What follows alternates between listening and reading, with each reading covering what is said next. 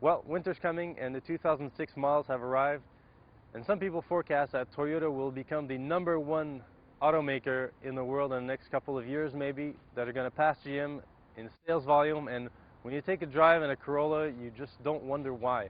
I mean, of course they sell a lot of trucks now these days, but they have a lot of cars to sell, Corollas, Camrys, they sell a bunch of them. Now this model isn't cheap of course, but it comes with a host of features and a more powerful engine than the rest of the Corolla lineup. What you do need to know is that this engine produces 164 horsepower at 7,600 RPM. That's very high, yes. The red line is 8,300 RPM in this engine.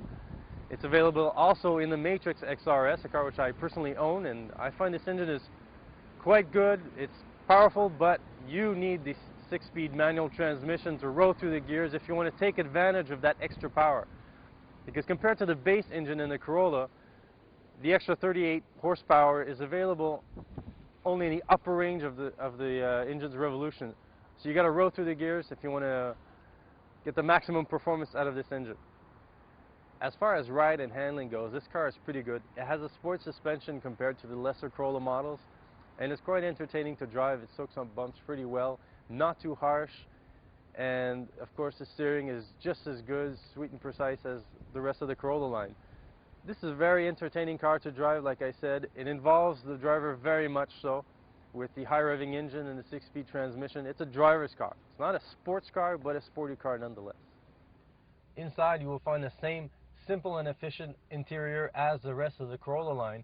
Of course, the XRS has some features of its own. It's got different seats, nice sport seats with grippy fabric, very comfortable. There's not many adjustments on the driver's seat, but is very comfortable for most people that sit in it. As for the rear space, very good for 2 adults. 3 is a little cramped. The middle passenger will suffer a bit, but it's a subcompact. You have to expect that. Actually, the rear headroom is pretty good, considering that there is a sunroof on this vehicle.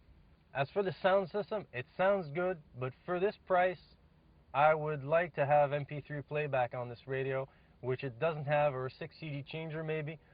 There's something missing in the interior that would justify its higher price that it just doesn't have. It's nice, simple, it's basic, but there's something missing. So the 2006 Corolla XRS is a good buy, of course. It's a Toyota. However, its base price of $24,445 is not cheap. When you compare it to similar models to the same category, you have a Lancer Rally Art, a Mitsubishi, which lists for about $21,000 and has about the same amount of horsepower. The new Civic Si is coming up with 197 horsepower. I don't know how much it's going to sell for, but it probably won't be as expensive as this car. What you can have, however, with this car is a certain level of exclusivity. I know it's ironic to say a Corolla is exclusive, but for this particular XRS model, I don't think they're going to sell very many of them, so you're assured to have a little something special.